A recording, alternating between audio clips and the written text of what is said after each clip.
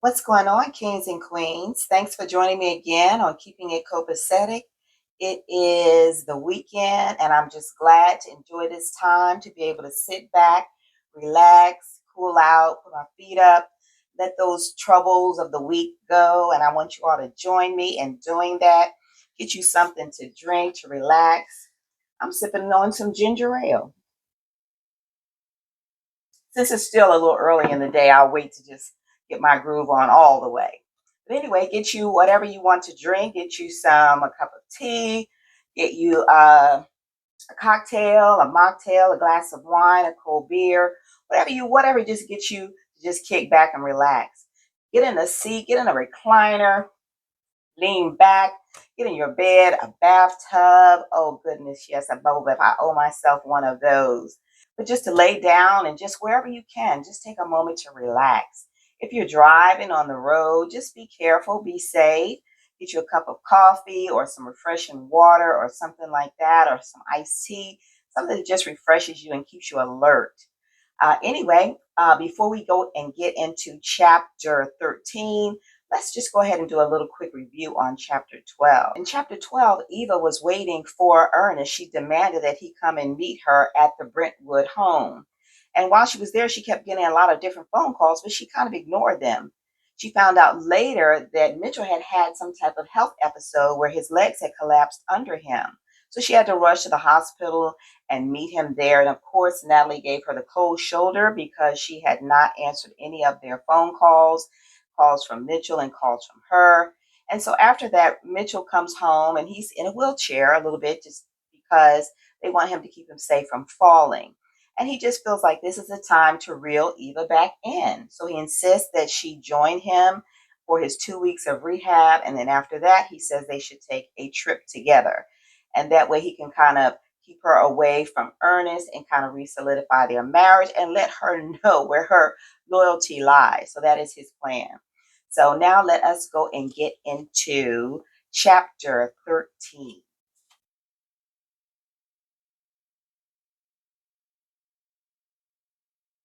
The more than 2 weeks without Eva tracking him down had been a reprieve for Ernest. He had been able to concentrate on his businesses without any distractions. He had been able to spend time with his mama while she was at dialysis. He was beginning to feel at peace again. And Rochelle was really trying hard to work things out at home. His crew at King Cup was beginning to accept his decision to open in earnest. It was all good for a change. So good that he didn't notice the white Mercedes trailing him. He had started going by King Cut at the end of the day on Tuesdays to see how things were operating after he closed up on the new shop. He didn't need to, though. Leon was holding it down and it was running like clockwork. Truth was, he missed working with them. They were like family. The blinds were closed, but he saw all of their cars in the parking lot when he pulled in. Leon's car was in his old spot, so he parked at the end of the row. When he got to the door, he could see Leon was sweeping up, so he tapped on the glass with his keys to get his attention. "What's up, E?" Leon said cheerfully, unlocking the door for him. "It's all you," Ernest said, coming inside. Jeff and Andrea were over in the waiting area playing tonk for $1 a game. "There he is, big money," Jeff said, turning around and grinning. "Come on and play a few hands. Put some of them cold greens on the table." "I would, but I don't feel like emptying your pockets tonight," Ernest joked. "Leave him alone, Jeff. He got 3 rents and a mortgage to pay," Andrea said, teasing him. "You got that right," Ernest added. "It ain't no joke." "You'll be all right, E. You got a sweet spot over there," Leon said, emptying the dustpan of hair in the trash. "When the smoke clears, you'll be on Easy Street." Ernest nodded. "I've been trying to get there for a long time. I can't afford to make another wrong turn." Then the doorbell rang again. Leon hadn't locked it. They all turned to see who had come in. Eva stood there in the middle of the entrance, waiting for Ernest to come over and give her a proper greeting. He hesitated and then sighed, realizing that his short winning streak had come to an end. He dragged his feet to the door while Leon, Jeff, and Andrea watched as if it was a dramatic scene from 12 Years a Slave. Eva spoke first. "You haven't been returning my calls again. I thought we were past that." "Look, Eva, I'm a busy man. I got a family and a business to take care of. Why are you out here stalking me? What do you want?" "You know damn well what I want," she hissed. He shook his head. That's not happening. I invested a lot in you and this relationship. This wasn't a relationship, he said, wondering if she had lost her mind. We fucked a few times and now it's over. We were just two people giving each other what they needed for a minute. No delusions about a future and no emotions involved. It's not that simple, lover, Eva smirked. Don't you know I own you? You crazy, lady. Nobody owns me, not even my mama. For your information, lover, the deal you made was not only with Pinnacle Financial. Only half of the money was a loan. The line of credit came from me. I'm your partner, half owner of In Earnest. Ernest closed his eyes to visualize the terms of the loan. He didn't see her name on the document. She had to be lying. I bought half of your loan from the bank, she said, seeing his confusion. I don't see how you could do that without me agreeing to that. Then let this be a lesson for you. Portions of loans are transferred every day without the borrower's permission. You'll be notified within 14 days. Ernest stood there speechless, too pissed to speak. He had been played. I'd be happy to come by your house and explain these things to your wife, Eva said, taunting him. She didn't seem to know her place. Now that's not going to happen, Ernest said, trying to keep from strangling her. Should I give her a call on the phone? Eva asked haughtily. Eva, you're coming at me wrong right now, and I promise you, you don't want to do that. You're not about to disrespect my home by calling my house. I'm not about to let you or anybody else destroy my family. All you have to do is give me what I want or give me my money, she said simply. Andrea went back to the table and picked up her cards. I don't know what you did to her, Eve, but it got her running around in the hood in the dark about to get an ass whooping. Ain't this some shit, Jeff said, sitting down and picking up his hand. I thought you said you were leaving all the drama. It looks like you're the one bringing it back in here. Ernest didn't respond. What could he say? Jeff was right. Meanwhile, Mitchell got up early, dressed for work, and called his driver. It was a new day, and it was more than a bright sun that had opened up his eyes. Eva's cruel words had made it clear that closing the door to the outside world hadn't solved his problems. In fact, isolating her had only aggravated the situation. But he didn't get where he was by avoiding the competition. He faced them head on, and that's exactly what he planned to do today. He ate the light breakfast that Loretta had prepared him, wheeled himself out to the car with his new chair, and gave his driver the address. From the tinted window in the back, he gazed at the line of cars in traffic and wondered if all the rushing ever got anybody to the place where they were totally happy. At this point in his life, he was beginning to believe that complete happiness didn't even exist. When he first met Eva, he thought that they could be happy together. Over the years, they had shared many good times, yet when the seesaw of life brought him down as an older man, he never thought it would come to this. She was openly humiliating him, and he couldn't fight back. Why kick a man when he's down? The time when he could have let her go and have her easily replaced by another was past. The car stopped, and his driver got out and helped him back into his wheelchair. Mitchell paused outside and gazed at the facade of the In Earnest Gentleman's Spa. It was stylish and contemporary. Someone coming out opened the entrance door and held it for him. He thanked them for their kind gesture and rolled himself inside up to the receptionist's desk. How may we help you today? Carla asked, greeting him with a smile. I'm not quite sure, Mitchell responded. I'd like to talk with the proprietor first. No problem. You can wait here. Mr. Shaw will be with you shortly. Thank you, miss, Mitchell said, rolling his chair to the end of her desk. Mitchell was in full view of the barbers. He would have known who Ernest was even if the other barber was not a white female. There was no mystery as to why Eva would be attracted to him. He was handsome, fit, and well-built. The question was the unusual effect he had had on her. Mitchell had been able to tolerate her other dalliances, but this man was different. He continued to stare at Ernest as he worked. He had to admit he was skillful, working similar to an artist, as his hands and his tools seemed to become one. In a way, he reminded Mitchell of himself when he was a younger man, strong, confident, and invincible. He too had conquered his share of beautiful women. Tired of looking at the man who had taken over his wife, Mitchell stared down at his legs pensively.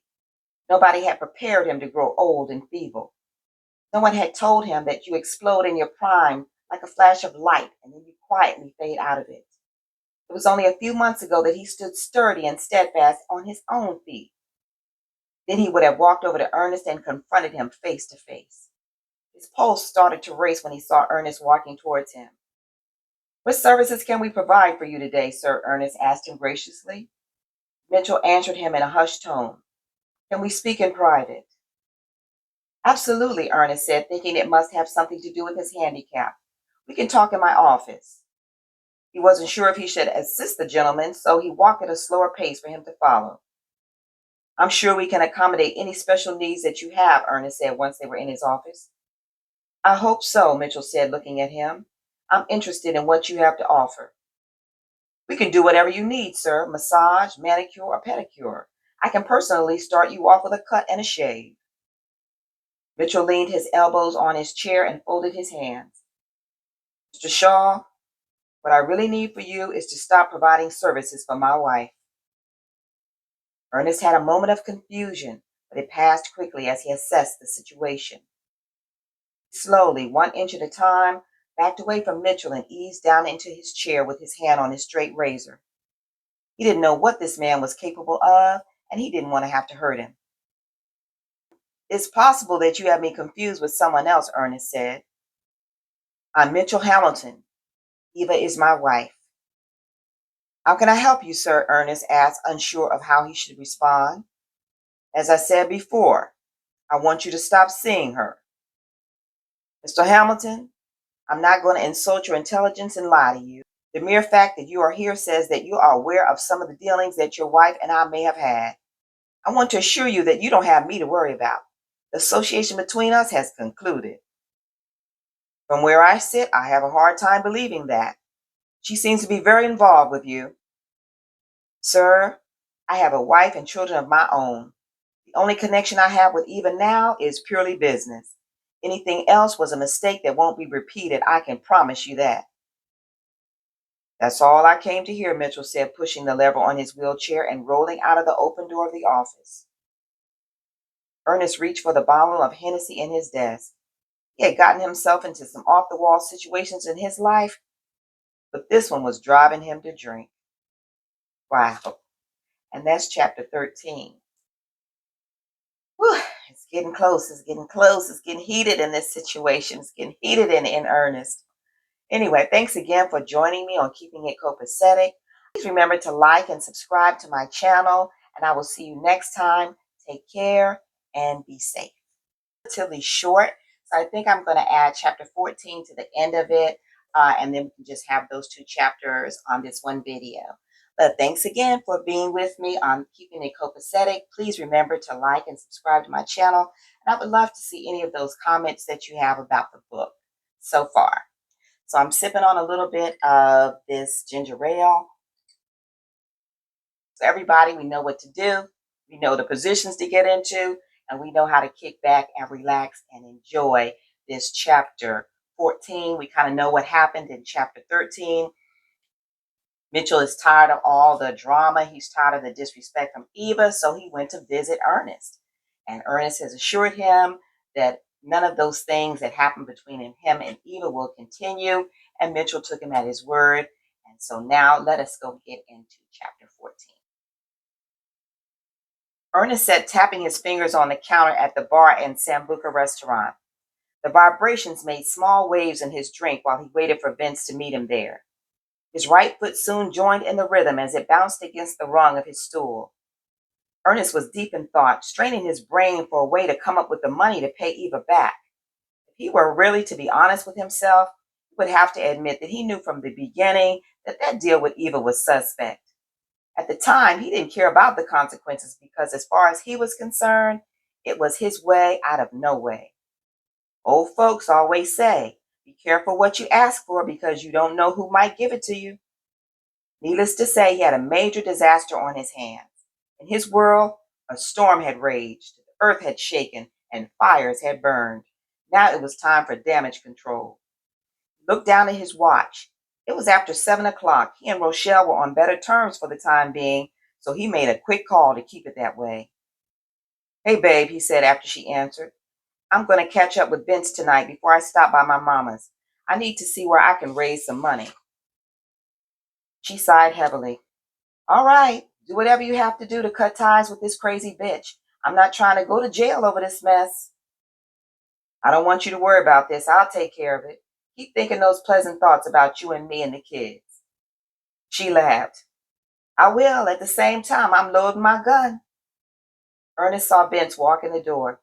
Okay, babe, he chuckled. I'll see you later. What's going on, man? Vince said, bumping his fist as he sat down. The bartender came over. What can I get for you? The same, Vince said, motioning towards Ernest's glass. I need to make something happen real quick, Ernest said urgently. I've got to get into some of those high stakes games you know about. Poker or blackjack, it don't even matter. Vince's brow wrinkled with concern. You having money problems, bro? What's up? It's my problem. I just need you to get me in a game, Ernest said, shrugging his shoulders. You don't get in those games, man, not unless you can afford to lose. I won't lose. I can't lose. You don't know that, E. Everybody's playing to win. I don't have a choice, Ernest answered hopelessly. Yeah, you do. We go way back, E. You covered for me many times, and I'll do the same for you. Whatever you need, I got you. The bartender returned with Vince's drink. Vince gave him a $20 bill and told him to keep the change. Then he took a big swallow and waited. Ernest exhaled and leaned back against the bar stool. It's about the loan for the new shop. Eva owns half of it. She's sweating me, and I need to get her off my back. I thought you had a plan for your team. I don't know what the fuck is going on, man. I've been with some thirsty chicks, but this is over the top. She's a freak, man. What's so bad about that? I regret the whole thing now, but I gotta tell you, she was hot. She's out of her mind, though. I thought the situation with her was bad enough, and then her husband came by my shop today. Oh shit, that's deep, Vince said, taking another swallow of his drink. At first, I thought it was going to get real ugly. The dude was in a wheelchair. Vince laughed. Man, I could see you on the news now. Barber kills man in wheelchair with straight razor after sleeping with his wife. That's not even funny, Ernest said, keeping a straight face. He was cool, though. Asked me to leave her alone. I let him know that was not a problem for me. So how much is it going to cost to get her off your job? About $250K. When do you want it? Vince asked without hesitation. By the end of the week. Consider it done, man. Thanks, man. I'll get it back to you, Ernest said, shaking his hand in gratitude. No worries. Now, can a man get another drink in this place? Vince asked, signaling the bartender. Sheila was sitting in the living room watching TV with Buttons in her lap when Ernest came by to check on her. He bent over and kissed her on the cheek like he always did. You're out late, Sheila said, patting the seat on the sofa beside her. I'm on my way in, he said, sitting beside her. I just stopped by a minute to make sure you're doing okay. I'm hanging in there. How about you? She said, looking deep in his face for any hint of a problem. Working nonstop, but I'm not complaining. That's good, she said, stroking Button's head. I've been missing my grandkids. I haven't seen them in more than a week. I'll pick you up on Sunday. We'll go to church together, and then we'll get something to eat. All right, then. I'll look forward to that, Sheila said, grinning with relief. Things must be better between you and Rochelle. Yeah, they are. We're doing good. That's good to hear. Don't mess it up, Ernest. I won't, he said, staring toward the TV. So how's that friend of yours doing who got mixed up with that woman? Sheila asked, sensing something else was on his mind. She turned it to some kind of fatal attraction. She was blowing up his phone, stalking him, and now she's threatened to shut him down if he won't give her the sex or pay her back the money she loaned him. Whew. Sounds like he's between a rock and a hard place, Sheila said, shaking her head. What's he going to do? He's got it under control. He's going to get the money he owes her from a friend. I feel sorry for him. It's a tough lesson to learn. You don't get something for nothing in this world, no matter who you are. It'll be in his past before the week is out. Maybe, maybe not. If she's used to getting what she wants, she won't let it go that easy. You can't tear a piece of meat from a hungry dog without a fight. Ain't that right, Button? She said, petting the top of her dog's head. It's not that serious, Mama. When she gets her money back, she can buy some more meat. I hope you're right for his sake, Sheila said, looking back at the TV. Ernest stood up. He's got it under control. All right, we're going home before you and Rochelle get riled up again. Okay, Mama, I'm out. I love you, he said, kissing her forehead. She reached for his hand and squeezed it and let it go. You're my heart, Ernest. On Thursday, Vince had come through with the money like he said. On Friday morning, Ernest had the cashier's check. He called Eva and asked her to meet him for dinner at Ruth Chris. He thought about asking her to come by in earnest, but it wasn't his style to have a bunch of folks in his business and private affairs. Eva, on the other hand, was on a whole other vibe. She thought the invitation was him coming to his senses and realizing that she was the partner he needed in business and in bed. She had planned to arrive at the restaurant early where she could get a cocktail to relax before he got there. Instead, she was surprised to find him already seated at the bar nursing a drink. You've got a head start, she said, slowly rubbing his back. You have to give me a chance to catch up. Our table is ready, he said, standing up. We'll sit down and get you a drink, relax, eat, and clear the air. Eva smiled. The beginning of a lovely evening. At the table, Ernest pulled out a chair for her to sit and then sat across from her. He avoided eye contact by keeping his eye on the waiter until he came over to the table. Can I start you off with something to drink? The waiter asked, glancing back and forth between them. I'm good. The lady will have a Merlot, Ernest said dryly. The waiter nodded and left the table. I'm really glad you called, Eva said pleasantly. You had me worried for a minute. No worries, Ernest said, looking down at his hands. Things went a little left between us, and that wasn't my intention. I have to give you your props for helping me get the loan to move forward on opening the spa. I believed in your vision, Eva said, reaching across the table to touch his hand. Ernest eased his hands back and said, of the loan that you personally put up through Hamilton Realty. Eva bristled and shifted in her chair. Wait a minute, are you trying to buy me out? It's me returning your money, he said calmly. Things got out of hand, and I think it's best we settle our business on good terms. Oh, hell no, Eva shouted, pounding her fist on the table just when the waiter came back with the wine. You are not about to brush me off like a piece of dirt. The waiter put down the glass and the bottle and rushed away from the table. Still calm, Ernest said, I'm doing what you asked, Eva. I'm giving you your money back. That's not what I wanted, Eva said, sounding hurt. You can keep the money. I want us to be together. I want you to leave your wife. I'll leave my husband. I'm sorry, he said, trying to soothe her. That can't happen. We can do whatever we want, she said desperately. Come out to the house with me. I'll make you forget you have a wife. She's basic and boring. You and I think alike. Ernest shook his head, weary of the conversation. No matter what he said, she didn't get it. He didn't know what to say to get through to her.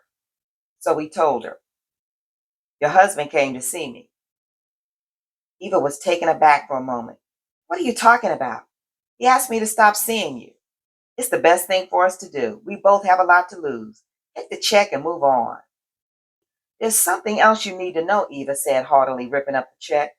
This doesn't end until I say so. I may only own half of it, Ernest, but I own the entire building you're leasing. Franklin Property Management Company manages several properties for me. I can close you down with one word whenever I choose to do so. I have a lease agreement and it's legit, Ernest argued back. Not if I decide to sell the building, and I won't stop there. I'll destroy that pitiful family of yours before I'm done. You crazy bitch. I'll kill you first, Ernest shouted at her. All the eyes in the restaurant were fixed on their table. The manager, already alerted by the waiter of the volatile situation, was heading over to them. Is everything okay? The manager asked in a hushed voice. Why are you making me act like this? Eva begged, ignoring the manager. All I want is to be with you. Ernest didn't respond. He got up from the table with so much force that he knocked his chair over onto the floor and stormed out with the whole room staring at him. Eva was angry too, but not at Ernest. She was blaming Mitchell for coming between them. Her mind was made up. Her marriage was over. As much as she wanted to run out of the restaurant after Ernest to make him listen to reason, somebody else had moved to the top of her list. She placed a $50 bill on the table, checked her face in her makeup mirror, reapplied her lipstick, and then coolly strutted out of Ruth Chris and handed the valet her ticket. Whew. Meanwhile, Eva didn't care that Natalie was there when she marched into Mitchell's study after she got home. There weren't any more secrets to keep among them at this point. Seeing her enraged face, Natalie moved from the leather couch where she was reading a magazine to stand protectively beside her father. Have you been following me? Eva demanded, staring down at Mitchell behind his desk. Yes, I have, he said simply. How dare you put a tab on me like I'm some child, she protested. Possibly because you've been behaving as irresponsibly as a child, he replied. I'm no child. I'm a grown woman. I don't need you or anybody else tracking me down and inserting themselves in my business. I respect your business affairs, Eva, but what you were doing with that barber doesn't meet the qualifications. You can't judge me, Mitchell. Your record isn't clean, Eva retorted. You're pathetic, trying to control somebody when you've lost control of yourself. No, my dear, that's what has happened to you. At first, you were embarrassing me. Now you're embarrassing yourself. What happened, Eva? Natalie added with a smirk. Did he give you your walking papers? He couldn't if he wanted to, Eva snapped back. Well, Natalie said, mocking her. I'm shocked. Someone actually penetrated that Teflon exterior. Now you can taste the bitterness of rejection for yourself. The confrontation was making Eva even more enraged. It was a good thing she didn't have a weapon, or both of them would be lying on the floor. I refuse to stay here another night. I'm done, Eva yelled. I'm tired of pretending. Good riddance, Natalie said, happy to hear it. Eva, if you walk out that door, you'll be sorry, Mitchell said. Don't make me do something I don't want to do. Like what? You're so weak I could probably kill you with my bare hands, Eva spat at him. I won't even waste my time. You're already half dead. Then she turned to leave. Natalie started to charge towards her, but Mitchell grabbed her by the arm. Let her go, he said coolly. I'll handle this. Get rid of her, Daddy. You don't have to give her anything. She's not giving you anything. For Mitchell, it wasn't about love or money anymore. It was a contest of wills, and he didn't like to lose. In due time, sweetheart, he said, pondering his next move. Meanwhile, Ernest was too fired up to go home. In his experience, anger was contagious, and he didn't want to pass this on to Rochelle. He drove down Buchanan Street to King Cut. He was drawn to it, the simplicity of the rules in the hood. Don't start nothing, it won't be nothing. If you start it, I'll finish it. That was his frame of mind. He wanted to change it, but he couldn't. He didn't want to do nothing wrong, but what alternative did he have? Why was it always kill or be killed? Why was it every time a black man tried to take a step forward, somebody is there either to push him back or pull him back? Leon was in the barbershop sweeping up as usual. He saw Ernest pull in and unlock the door for him to come in. From the look on your face, I'm afraid to ask, Leon said as Ernest walked past him in the doorway. Have you done it or about to do it? Not yet, but I don't see a way around it, Ernest said, dropping down in his barber chair. What exactly are we talking about here? Leon asked, facing him. That fucking bitch won't let go. She's going to make me cut her loose for real, man. Slow up, E, Leon said, leaning the broom against the wall and getting a liquor bottle from the bottom drawer of his workstation. He poured Ernest a shot into a paper cup from the water cooler. Let's think about this. There's nothing to think about, Ernest said, emptying the cup. She wants to take everything I got from me, shut down the spy, and break up my family. Leon was grateful that Ernest's cell phone rang. He needed a minute to text Vince and get his own thoughts together. It was Sheila calling. Her left eye was jumping. That only happened when her son was in some kind of trouble. It was a warning sign. Hey, Mama, Ernest asked, were you okay? You need anything? No, I'm all right. I just thought I was going to see you today. I wanted to get over to the clinic this morning, but Friday was our busiest day. Where are you? She asked, worried. At King Cut with Leon. Are you coming by here later? No, I'll probably go on home in a few. Okay, son, don't stay out too late. I won't. I'll be over there in the morning. Love you, Mama. You're my heart, Ernest, she said before she hung up. Thanks for the shot, man, Ernest said, standing up. I got to go. Listen, Ernest, if you need something done about your problem, let me know. You don't need to get your hands dirty. You got mouths to feed and your mama to take care of. It's my problem. I'll handle it. Leon watched him drive off. He stood in the door long after the sound of the car engine had trailed off. He was still standing there when Vince got there. Told Vince that Ernest looked like his back was against the wall. Vince got back in his car and called him on the phone. "Where are you, E?" he asked, trying not to sound concerned. "Nowhere, man." "So what happened?" "She didn't want the money. She wants to fuck me over." "Go home, E. I'm down for you. Don't worry about it. I can take care of it." "I'm past worrying about it, man. Let me do this for you, bro." "It's not worth it, man. I don't want nobody cleaning up my mess but me." Whew. Eva relaxed in the jacuzzi of her suite at the Renaissance Hotel. Finally leaving Mitchell was a burden off her mind. She could breathe again. She had been smothered for so long. She should have done it sooner. No longer his captive bird, she would be able to fly again. She had her freedom. She and Ernest could be together after all. When she got his text message, she was relieved and content. She had fought him hard, used every advantage, broken all the rules, but now she was victorious. When he got there, she would make him forget all the arguments and the harsh words that had been spoken. Under the luxurious bubbles of the hot water, all of the tensions of the week seeped out from her pores with any other impurities, leaving her refreshed. She closed her eyes and leaned her head back against the edge of the tub. She rubbed her hands along her body from her breast to the heat between her legs, thinking of the night to come and imagining his touch. She smiled mischievously to herself when she heard her hotel door open. She was already near her climax. My, my, my. And that was chapter 14. Oh, my goodness. What does chapter 15 hold? Anyway, thanks for joining me again on Keeping It Copacetic. Please remember to like and subscribe to my channel. I love to have your support. And take care. I'll see you next time and be safe.